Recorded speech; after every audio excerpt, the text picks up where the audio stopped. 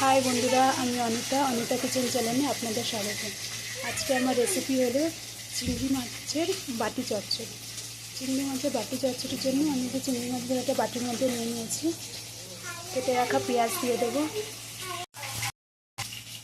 কেটে রাখা কাঁচা লঙ্কা আর রসুন, কেটে রাখা টমেটো, স্বাদ অনুযায়ী লবণ, হলুদের গুঁড়ো, কাশ্মীরি গুঁড়ো লঙ্কা, সর্ষের তেল। এবার সব মিশ্রণগুলোকে হাতের সাহায্যে একটু মাখিয়ে নেব।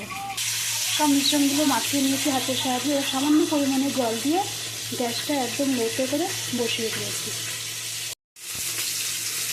রেসিপিটা আমার রেডি হয়ে গেছে। রেসিপিটা যদি ভালো লেগে থাকে তাহলে একটা লাইক, শেয়ার, কমেন্ট আর সাবস্ক্রাইব করে দেবেন। Thank you. আর একবার অবশ্যই ট্রাই করবেন, আশা করি আপনাদের ভালোই লাগবে।